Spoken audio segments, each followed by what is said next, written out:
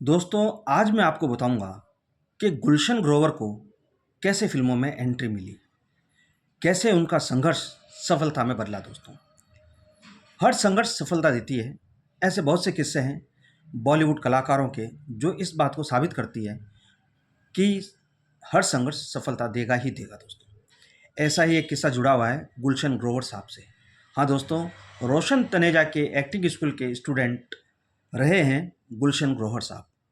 उनकी दोस्ती लेखक विनय कुमार से भी थी। दोस्तों, जब कभी खाने के लिए उनके पास पैसे नहीं होते थे तो गुलशन ग्रोवर विनय कुमार के घर खाना खाने चले जाया करते थे, या जो भी उनके दोस्त थे उनके यहाँ उनको मजबूरन जाना पड़ता था क्योंकि जेब में पैसे होते नहीं थे, संघर्ष के दिन थे।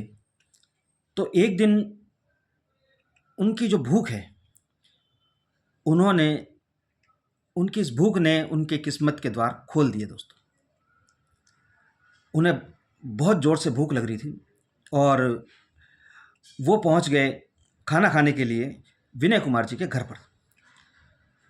अब वहाँ पहुँचे वो तो देखा सामने शाबाना आजमी जी बैठी थी। और विनय कुमार जी के घर में एक सिद्धांत था कि आप बिना जूते खोले अंदर प्रवेश नहीं कर सकते थे। और इधर साहब गुलशन ग्रोवर साहब के जुराब फटी हुई, बदबू अलग आ रही है उसमें, और बड़ी ज़ोरों से भूख लग रही, और सामने बैठी शाबाना आजमी। अब भूख तो हर काम करवा ही देती है। दोस्तों, गुलशन ग्रोवर ने जूते उतारे, उनसे भूख बर्दाश्त नहीं हो रही, बोले देखा जाएगा जो भी होगा, और पहुंच गए शाबाना आजमी के सामने। तो बातों बातों में जिक्र चला तो शाबाना आजमी को मालूम हुआ कि गुलशन ग्रोवर साहब स्ट्रगलर हैं और फिल्मों के लिए स्ट्रगल कर रहे हैं। तो गुलशन ग्रोवर बड़े नर्वस तो थे ही शाबाना आजमी के सामने। तो शाबाना आजमी ने उनसे कहा कि एक काम करो, तुम अपनी तस्वीर मुझे दो, मैं वादा करती हूँ कि तुम्हें फिल्म में काम जरूर दिलवाऊंगी। तो दोस्तों, वो तस्वीर लेकर शाबाना आजमी पहुंची डायरेक्टर मोहन कुमार जी के पास में, और उन्होंने वो तस्वीर उनको दिखाई, और मोहन कुमार जी ने उन्हें एक झटके में अपनी फिल्म अवतार के लिए साइन कर लिया। दोस्तों, जब उनसे पूछा गया कि भैया क्या वजह थी कि आपने गुलशन ग्रोवर साहब को तस्वीर देखकर एक झटके में साइन कर लिया, तो साहब उनका जवाब इतना अच्छा था कि आप सुनोगे तो आपके चेहरे पर मुस्कुराहट आ जाएगी। उन्होंने कहा कि गुलशन को ग्रोवर साहब की जो नाक है ना, उसने मेरे मन में एक फीलिंग लाई कि साला लंबी नाक वाले लड़के जो होते हैं वो बड़े बदमाश होते हैं। ये ऐसे लड़के होते हैं जो वक्त आने पर अपने माँ बाप को 100 रुपये में बेच दें।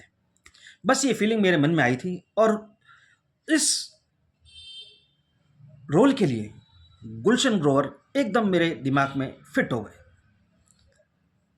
और इसी वजह से मैंने उन्हें राजेश खन्ना शाबाना आजमी के नालायक बेटे के रोल में साइन किया। दोस्तों, तो भूख देखिए कैसे गुलशन ग्रोवर साहब को खींच लाई किस्मत के द्वार पर। तो कभी कभी कहते हैं ना कि जो होता है वो अच्छे के लिए होता है।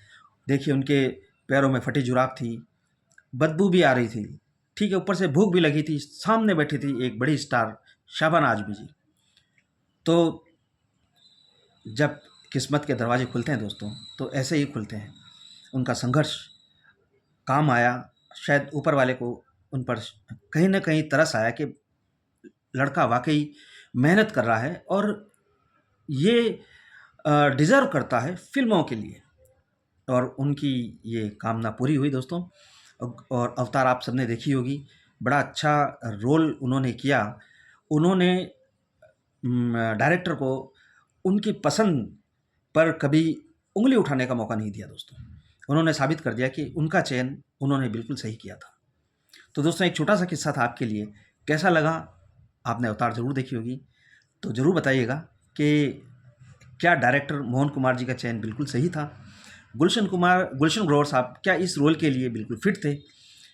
कमेंट बॉक्स में ज़रूर बताइएगा दोस्तों। फिर मिलते हैं अगले किसी शानदार किस्से के साथ में एक नए एपिसोड में।